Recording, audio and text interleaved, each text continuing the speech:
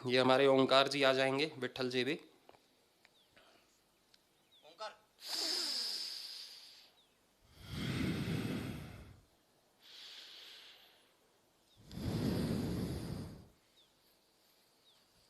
आसन करके दिखाएंगे। ये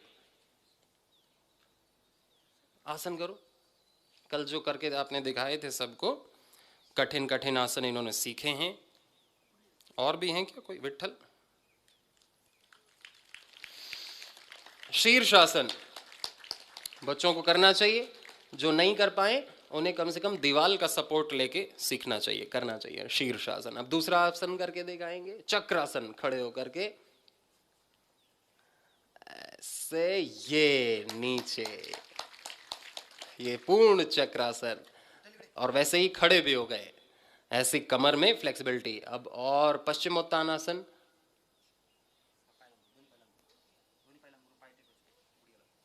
हाँ, ये इस तरफ मुड़ के करो ना तो सबको दिखाई दे। उधर पैर रखो।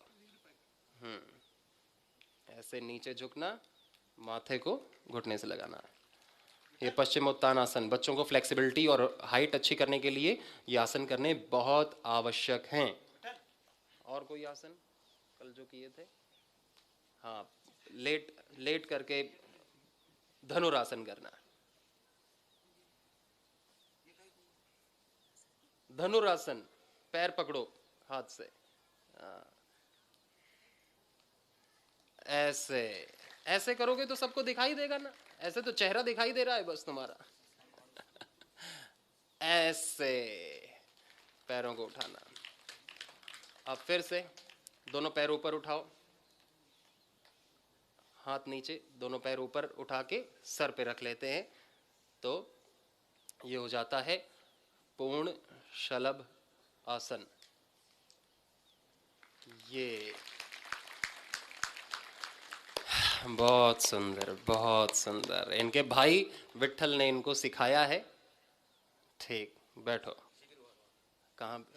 नंदूर गांव में शिविर हुआ था सुरेश जी का 2.5 साल पहले।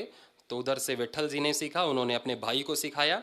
और विट्ठल जी अब अपना पूरा जीवन ही इस सेवा कार्य में अर्पित करने के लिए हरिद्वार जाएंगे, एक सेवाव्रती बनेंगे, वहां पे वैदिक शिक्षा प्राप्त करेंगे। वैदिक गुरुकुलम है पतंजलि योगपीठ में, जिसमें से कि मैं भी पढ़ा हूं। वहां पे संस्कृत, व्याकरण, वेद, उपनिषद का ज्ञान 5 साल दिया जाता है, आयुर्वेद, योग का भी। और उसके बाद वो आजीवन ब्रह्मचर्य का पालन करके या सेवा संन्यास लेकर के देश की सेवा करता है। तो ऐसा ही संकल्प हमारे विट्ठल जी ने भी लिया है, तो इनके लिए भी जोरदार तालियां। बहुत बड़ा संकल्प है।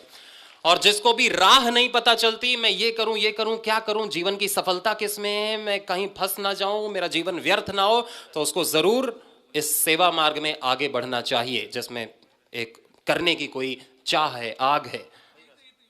तो देश के लिए, धर्म के लिए अपने इस जीवन को लगाना बहुत बड़ा सौभाग्य है।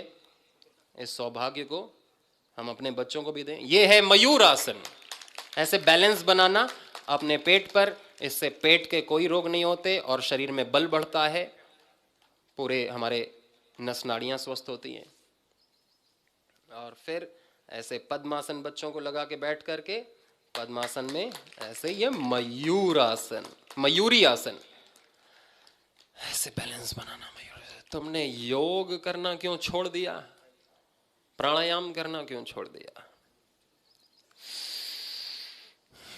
अनुलोम विलोम करो। व्याघ्रासन, ऐसे बैलेंस बनाना। ठीक, बैठो। अनुलोम विलोम करेंगे 2 मिनट के लिए ही, और करना है बस। ये हमारे हनुमान जी भी शुरू हैं यहाँ पे बकासन करने में। देखो ऐसे बैलेंस किया इन्होंने। देखो छोटे बच्चे भी कर रहे हैं और बड़े बच्चे भी कर रहे हैं, और वहाँ सबसे लास्ट में सबसे बड़े बच्चे भी कर रहे हैं। तो हर उम्र में योग किया जा सकता है यदि योग का अभ्यास करते हैं तो। नहीं तो ना बचपन में हो पाएगा, ना जवानी में, और बुढ़ापे में तो बात ही और है। फिर तो सब करो, सभी योगी बनो। योग पर सबका अधिकार है। सब डॉक्टर नहीं बन सकते, सब इंजीनियर नहीं बन सकते, सब साइंटिस्ट नहीं बन सकते, सब नेता नहीं बन सकते, लेकिन सब योगी बन सकते हैं। सब योगी बन सकते हैं। और जो योगी नहीं बना फिर वो इंसान भी नहीं बना, फिर वो मानव भी नहीं, फिर वो भक्त भी नहीं बना, फिर वो जी क्यों रहा है? भगवान ने तो, योगेश्वर ने सबको अपना बच्चा बनाने, योगी बनाने के लिए भेजा है कि तुम योगी बन, मैं तेरा ईश्वर हूं, मैं योगेश्वर हूं, मैं तुम्हारा ईश्वर हूं। लेकिन जब ईश्वर हूं, जब तुम योगी बनोगे, मैं भोगियों का ईश्वर नहीं हूं। भोगियों के ईश्वर राक्षस हैं, राक्षस। नकारात्मक शक्तियां उसके पास दौड़ी दौड़ी चली आती हैं गलत काम करवाने के लिए। तो भ्रष्टाचार कर, झूठ बोल, दुराचार कर, व्यभिचार कर, चोरी कर, डकैती कर, इसको ईश्वर बन जाती हैं नकारात्मक शक्तियां। तो हमारी शक्ति कौन बने? ईश्वर की शक्ति मेरी शक्ति है, योगेश्वर की शक्ति मेरी शक्ति है। तो मैं योगेश्वर के मार्ग पर चलूंगा, योगेश्वर को अपना ईश्वर मानूंगा, और मानूंगा ही नहीं, उसकी बात भी मानूंगा, योगी बनूंगा भगवान के लिए। योग करें, तेज भी कर सकते हैं, स्लो भी कर सकते हैं, मध्यम गति से भी कर सकते हैं। योग की महिमा अपरंपार है।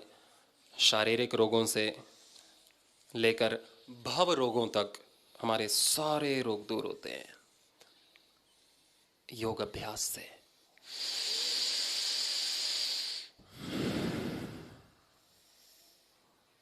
अनुलोम विलोम करें पूरी शांति से।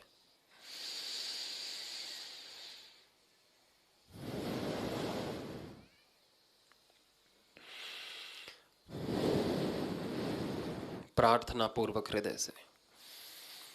हे नाथ अब तो ऐसी कृपा हो, जीवन निरर्थक जाने न पाए।